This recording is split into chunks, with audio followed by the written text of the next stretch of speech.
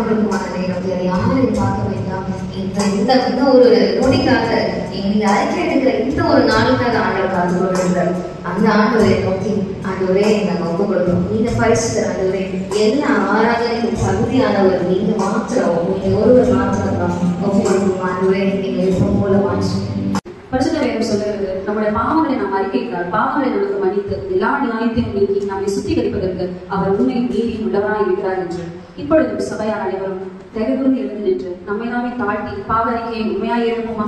இந்த உலகில் எனது இரட்சகராகிய கிறிஸ்துவை என் வாழ்வில் வெளிப்படுத்தாமல் இருந்ததற்காகவும் இஸ்ரவேலை ஆற்றல்படுத்திய எல்லாம் வல்ல கடவுள் இயேசு கிறிஸ்துவின் மூலம் நம்மை ஆற்றல்படுத்தி நம் பாவங்களை மன்னிப்பாராக.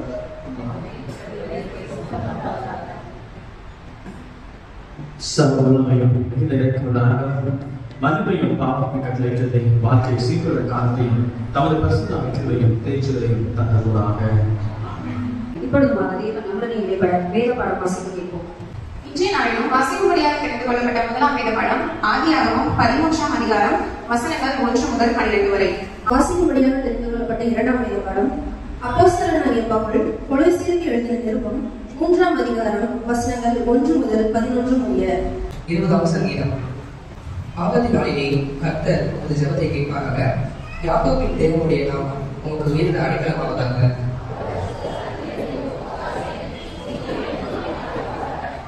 ஞானம் என்று தெரிந்துகொள்ளப்பட்ட சுவிசேஷம் எழுதுவதை பரிசுத்த சுவிசேஷம் 10ஆம் அதிகாரம் வசனங்கள் 38 முதல் 42 வரை.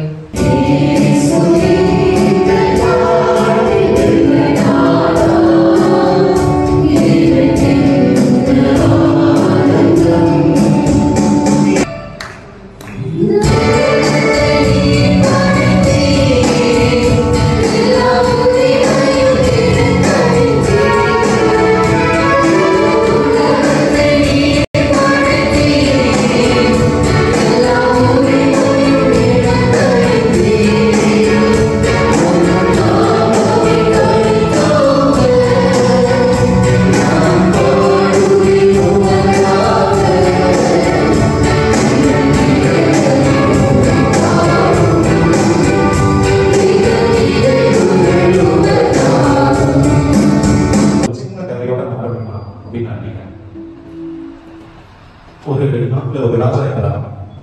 அந்த ராஜா ஆற்றங்கரையோரமாக நடந்து போகையில ஒரு பறவை அடிபட்டு கிடக்கிறத பார்க்கலாம். இன்னைக்கு நம்ம என்ன நம்மளுக்கு இடத்துல இருக்கோம் அதுல இருந்து வைக்கிறோம், அங்க நினைக்கிறோம். இல்ல என்ன நம்மளுக்கு இந்த உலகத்துக்கு தேவையா இருக்குதோ அதை முடிச்சுட்டு அங்க நம்ம நினைக்கிறோம். அப்படி இல்லை நம்மளுடைய வாழ்க்கை, நம்மளுடைய கோல் நல்லா பார்க்கிறோம்.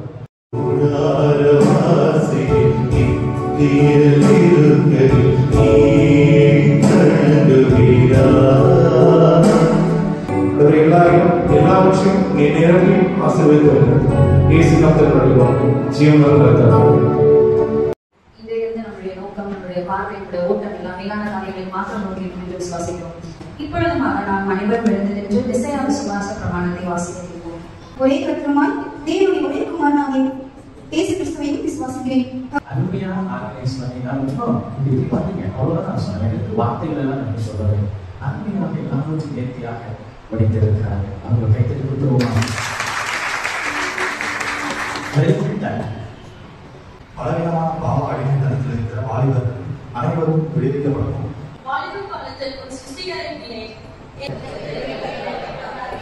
நம் தேசத்தில் காணப்படுகின்ற வரதட்சணை மரணங்கள் தடுக்கப்படும். போதை பழக்கத்தில் கருவிப்பட்டுள்ள வாலிபர்கள் மனத்திற்கு ரசிக்கப்பட ஜெபிப்போம். இந்த பாவ அடிமைத்தனத்திற்கு பின்னால் கிரியை செய்யும் சாத்தானின் வல்லமைகள் அசுத்த ஆவிகள் கட்டப்படவும் ஜெபிப்போம். உங்களுடைய தனிப்பட்ட இந்த ஜெபங்களிலும் இந்த ஜெபக்குழுக்களையும் ஞாபகம் வைத்திருக்காங்க. ஜெபிக்குமாறு சமையலை நாம் தாழ்வுடன் கேட்டுக் கொள்கிறோம்.